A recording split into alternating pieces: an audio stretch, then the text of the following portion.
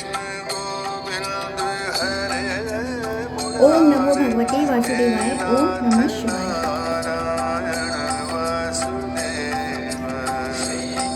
योग और सांख्य का वर्णन। मुनियों ने कहा, महर्षि, अब हमें योग का उपदेश दीजिए, जो दुखों को दूर करने वाली औषधि है तथा जिस अविनाशी योग को जानकर हम भगवान पुरुषोत्तम का संयोग प्राप्त कर सकें। व्यास जी बोले, विप्रवरों, मैं संसार बंधन का नाश करने वाले योग का वर्णन करता हूँ, सुनो। उसका अभ्यास करके योगी पुरुष परम दुर्लभ मोक्ष प्राप्त कर लेता है। पहले गुरु की भक्ति पूर्वक आराधना करके बुद्धिमान पुरुष योग शास्त्र, इतिहास, पुराण और वेदों का श्रवण करे। तत्पश्चात आहार, योग के दोष, देश और काल का ज्ञान प्राप्त करके निर्द्वंद्व एवं परिग्रह शून्य होकर योग का अभ्यास करे। सत्तू, जौ का माड़, मट्ठा, मूल फल, दूध, जौ का हलवा, खुद्दी और तिल की खली, इन सब वस्तुओं का भोजन योग की सिद्धि करने वाला है। जिस समय मन व्याकुल न हो, कानों में किसी प्रकार का शब्द न आता हो, भूख प्यास का कष्ट न हो, हर्ष शोक आदि द्वंद्व, सर्दी गर्मी तथा वायु बाधा न पहुंचाती हो, ऐसे समय में योग साधन करना चाहिए। जहाँ कोई शब्द होता हो तथा जो जल के समीप हो, ऐसे स्थान में, टूटी फूटी पुरानी गौशाला में, चौराहे पर, सांप बिच्छू आदि के स्थान में, शमशान भूमि में, नदी के तट पर, अग्नि के समीप, देव वृक्ष के नीचे, बाम्बी पर, भयदायक स्थान में, कुएं के समीप तथा सूखे पत्तों पर कभी योगा अभ्यास नहीं करना चाहिए। जो मूर्खतावश इन स्थानों की परवाह न करके वहीं योग साधना करता है, उसके सामने विघ्नकारक दोष आते हैं। उन दोषों का वर्णन करता हूँ, सुनो। बहरापन, जड़ता, स्मरण शक्ति का लोप, गूंगापन, अंधापन, ज्वर तथा अज्ञान जनित दोष, ये सभी उसे प्राप्त होते हैं। अतः योग वेता पुरुष को सदा सब प्रकार से शरीर की रक्षा करनी चाहिए, क्योंकि शरीर ही धर्म, अर्थ, काम और मोक्ष चारों पुरुषार्थों का साधन है। एकांत आश्रम में, गूढ़ स्थान में, शब्द और भय से रहित पर्वतीय गुफा में, सूने घर में अथवा पवित्र रमणीय तथा एकांत देव मंदिर में बैठकर रात के पहले और पिछले पहर में अथवा दिन के पूर्वाह्न और मध्याह्न काल में एकाग्रचित होकर योग साधन करें। भोजन थोड़ा और नियम के अनुकूल हो, इंद्रियों पर पूरा नियंत्रण रहे, सुंदर आसन पर पूर्वाभिमुख बैठकर योगा अभ्यास करना उचित है। आसन सुखद और स्थिर हो, अधिक ऊंचा या अधिक नीचा ना हो। योग के साधक को निस्पृह, सत्यवादी और पवित्र होना चाहिए। वह निद्रा और क्रोध को अपने वश में रखे, संपूर्ण भूतों के हित में तत्पर रहे, सब प्रकार के द्वंद्वों को सहन करे, शरीर, चरण और मस्तक को समान स्थिति में रखे, दोनों हाथ नाभि पर रखकर शांत हो पद्मासन से बैठे, दृष्टि को नासिका के अग्रभाग पर लगाकर प्राणायाम पूर्वक मौन रहे, मन के द्वारा इंद्रिय समुदाय को विषयों की ओर से हटाकर हृदय में स्थापित करे। दीर्घ स्वर से प्रणव का उच्चारण करते हुए मुख को बंद रखे और स्वयं भी स्थिर रहे। योगी पुरुष नेत्र बंद करके बैठे। वह तमोगुण की वृत्ति को रजोगुण से और रजोगुण की वृत्ति को सत्वगुण से आच्छादित करके निर्मल एवं शांत हृदय कमल की कणिका में लीन, सर्वव्यापी, निरंजन, मोक्षदायक भगवान पुरुषोत्तम का निरंतर चिंतन करे। योग वेता पुरुष पहले अंतकरण सहित इंद्रियों और पंचभूतों को क्षेत्रज्ञ में स्थापित करें और क्षेत्रज्ञ को परमात्मा में नियुक्त करें। तत्पश्चात योगा अभ्यास करें। जिस पुरुष का चंचल मन समस्त विषयों का परित्याग करके परमात्मा में लीन हो जाता है, उसके सामने योग सिद्धि प्रकाशित होती हैं। जब योग युक्त पुरुष का चित्त समाधि काल में सब विषयों से निर्वत हो पर ब्रह्मा में एकीभूत हो जाता है, उस समय वह परम पद को प्राप्त होता है। जब योगी का चित्त परमानंद को प्राप्त कर किसी भी कर्म से आसक्त नहीं होता, उस समय वह निर्वाण पद को प्राप्त होता है। योगी अपनी योग बल से शुद्ध सूक्ष्म गुणातीत तथा सत्व गुण संपन्न पुरुषोत्तम को प्राप्त करके निसंदेह मुक्त हो जाता है। संपूर्ण भोगों की ओर से निस्पृह सर्वत्र प्रेम पूर्ण दृष्टि रखने वाला तथा सब अनात्म पदार्थों में अनित्य बुद्धि रखने वाला योगी ही मुक्त हो सकता है। जो योग वेता पुरुष वैराग्य के कारण इंद्रियों के विषयों का सेवन नहीं करता और निरंतर अभ्यास योग में लगा रहता है, उसकी मुक्ति में तनिक भी संदेह नहीं है। केवल पद्मासन लगाने से और नासिका के अग्रभाग पर दृष्टि रखने से ही योग की सिद्धि नहीं होती। वास्तव में मन और इंद्रियों के संयोग, उनकी एकाग्रता को ही योग कहते हैं। मुनिवरों, इस प्रकार मैंने संसार बंधन से मुक्ति के साधनभूत मोक्षदायक योग का वर्णन किया। मुनि बोले, जिजश्रेष्ठ, आपके मुख रूपी समुद्र से निकले हुए वचनामृत का पान करने से हमें तृप्ति होती नहीं दिखाई देती।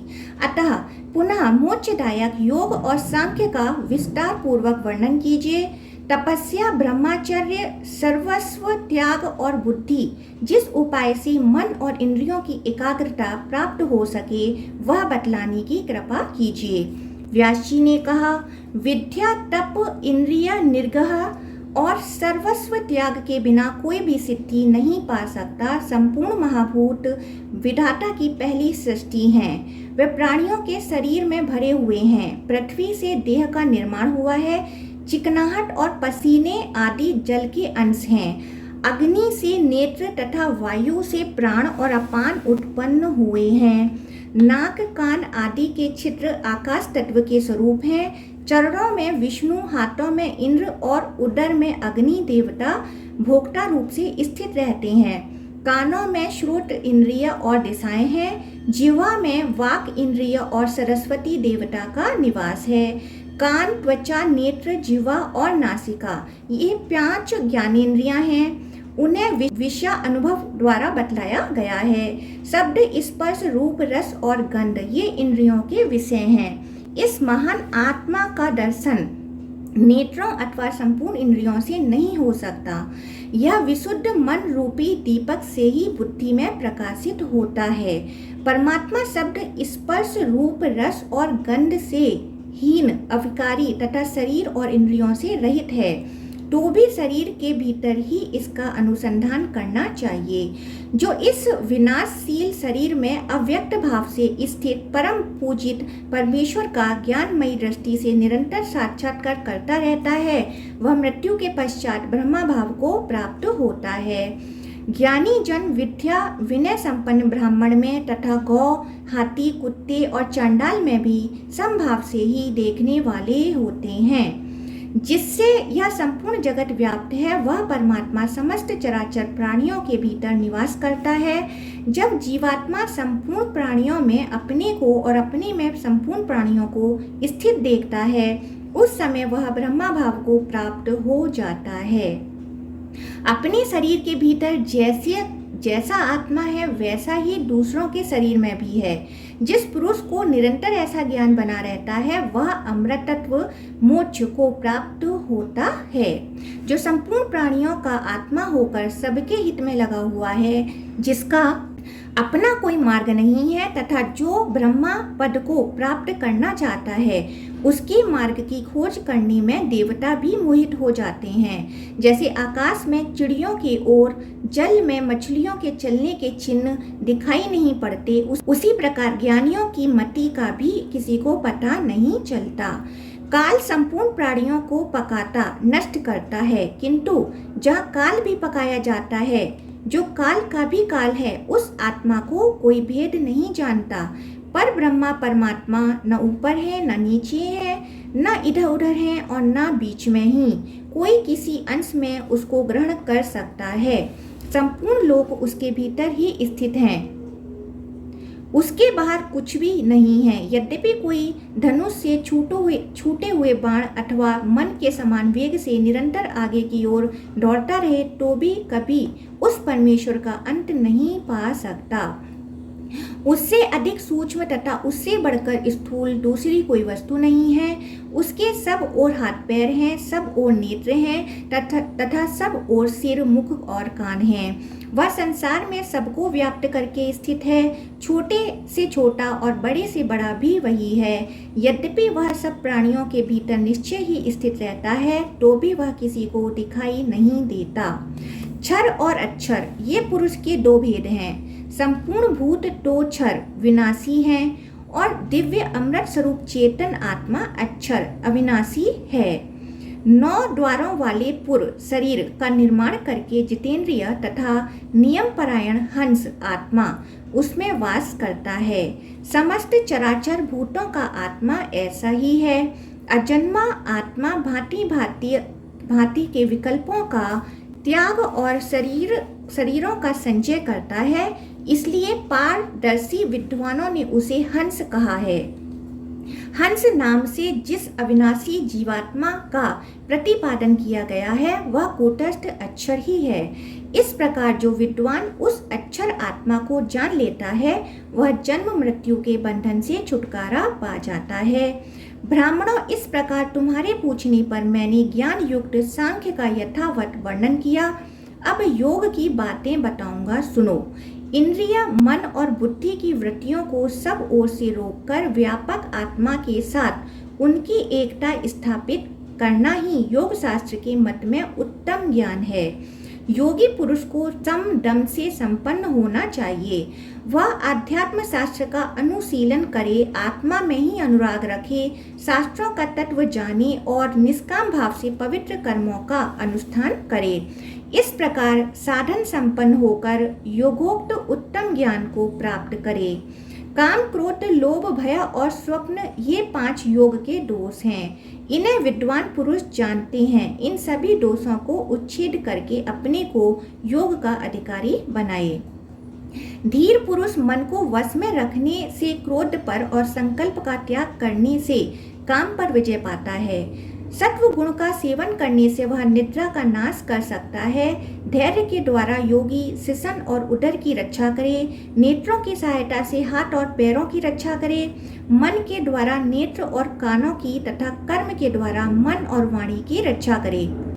प्रमाद के त्याग से भय का और विद्वान पुरुषों के सेवन से दंभ का त्याग करे। इस प्रकार योग के साधक को आलस्य छोड़कर इन योग संबंधी दोषों को जीतने का प्रयत्न करना चाहिए। वह अग्नि, ब्राह्मण तथा देवताओं को सदा प्रणाम करे। मन पर प्रभाव डालने वाली हिंसा युक्त उद्दंडता पूर्ण वाणी न बोले। तेजोमय ब्रह्मा ही वीर्य सबका आदि कारण है। यह संपूर्ण जगत उसी का कार्य है। समस्त चराचर जगत उस ब्रह्मा के ही इच्छण संकल्प का परिणाम है। ध्यान, वेदाध्ययन, दान, सत्य, लज्जा, सरलता, क्षमा, शौच, आत्मशुद्धि एवं इंद्रिय संयम, इनसे तेज की वृद्धि होती है और पाप का नाश होता है। योगी को चाहिए कि वह संपूर्ण प्राणियों में समान भाव रखे। जो कुछ मिल जाए उसी से निर्वाह करे। पाप रहित, तेजस्वी, मिताहारी और जितेंद्रिय होकर काम और क्रोध को वश में करके ब्रह्मा पद को सेवन करे। योगी रात के पहले और पिछले पहर में मन एवं इंद्रियों को एकाग्र करके ध्यानस्थ हो मन को आत्मा में लगावे।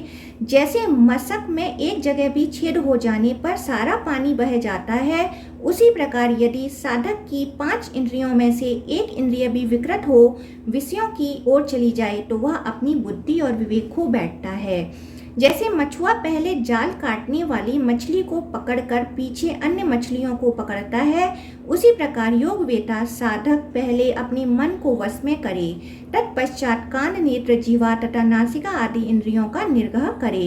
इन सब को अधीन करके मन में स्थापित करे और मन को भी संकल्प विकल्प से हटाकर बुद्धि में स्थिर करे। इस प्रकार 5 इंद्रियों को मन में और मन को बुद्धि में स्थापित करने पर जब ये इंद्रिय और मन स्थिर हो जाते हैं, उस समय इनकी मलिनता दूर होकर इनमें स्वच्छता आ जाती है। फिर अंतकरण में ब्रह्मा का साक्षात्कार हो जाता है। योगी धूम रहित अग्नि, दीप्तिमान सूर्य तथा आकाश में चमकती हुई बिजली की भांति आत्मा का हृदय देश में दर्शन करता है।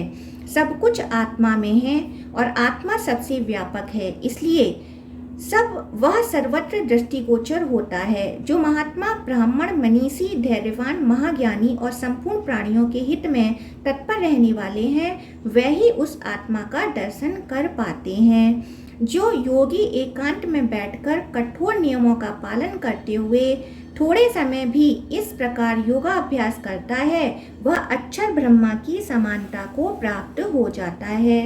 योग साधना में अग्रसर होने पर मोह, भ्रम और आवर्त आदि विघ्न प्राप्त होते हैं। दिव्य सुगंध आती है, दिव्य वाणी का श्रवण तथा दिव्य रूपों के दर्शन होते हैं, अद्भुत बातें देखने में आती हैं, अलौकिक रस और स्पर्श का अनुभव होता है, इच्छा अनुकूल सर्दी और गर्मी प्राप्त होती है, वायु की भांति आकाश में चलने फिरने की शक्ति आ जाती है, प्रतिभा बढ़ जाती है और उपद्रवों का अभाव हो जाता है। योग से इन सिद्धियों के प्राप्त होने पर भी तत्ववेता पुरुष उनकी उपेक्षा करके समभाव से ही उन्हें लौटा दे। वह योग का ही अभ्यास बढ़ाए और नियम पूर्वक रहते हुए पहाड़ की चोटी पर शून्य देव मंदिर में अथवा वृक्ष के नीचे बैठकर योग का अभ्यास करे। इंद्रिय समुदाय को संयम में रखकर एकाग्रचित हो निरंतर आत्मा का चिंतन करता रहे। योग से मन को उद्विग्न न होने दे। जिस उपाय से चंचल मन को रोका जा सके उसमें तत्परता पूर्वक लग जाए और साधना से कभी विचलित ना हो। अपने रहने के लिए शून्य ग्रह को स्वीकार करे, क्यों वहाँ चित्त एकाग्र रह सकता है। योग का साधक मन, वाणी अथवा क्रिया द्वारा भी कहीं आसक्त ना हो। वह सबकी ओर से उपेक्षा का भाव रखे, नियमित भोजन करे तथा लाभ और अलाभ को समान समझे। जो उस योग की निंदा करे और जो उसको मस्तक झुकाए, उन दोनों के ही प्रति वह समान भाव रखे। वह किसी एक की बुराई या भलाई ना सोचे। कुछ लाभ होने पर हर्ष से फूल ना उठे और लाभ होने पर चिंता ना करे, अपितु वायु का सहधर्मी होकर सब प्राणियों के प्रति समान भाव रखे। इस प्रकार स्वस्थ चित्त होकर सर्वत्र समान दृष्टि रखने वाला साधक यदि 6 महीने भी निरंतर योग के अभ्यास में लगा रहे तो उसे ब्रह्मा का साक्षात्कार हो जाता है। दूसरे लोग धन की इच्छा या संग्रह करने के कारण अत्यंत विकल हैं, यह देखकर उसकी ओर से विरक्त हो जाए। मिट्टी के ढेले पत्थर और सुवर्ण को समान समझे। इस प्रकार योग मार्ग पर चलने वाला साधक मोहवश कभी उससे विचलित न हो। कोई नीच वर्ण का पुरुष अथवा स्त्री ही क्यों न हो, यदि उसे धर्म करने की अभिलाषा हो तो वह भी इस योग मार्ग से परम गति को प्राप्त कर सकता है। योगी पुरुष अजन्मा, पुरातन, जरावस्था से रहित, सनातन, इंद्रियातीत एवं अगोचर ब्रह्मा को प्राप्त होते हैं। जो मनीषी पुरुष इस योग की पद्धति पर दृष्टिपात करके इसे अपनाते हैं, वे ब्रह्मा जी के समान हो उस उत्तम गति को प्राप्त करते हैं जहाँ से पुनः इस संसार में नहीं आना पड़ता। ओम नमो भगवते वासुदेवाय।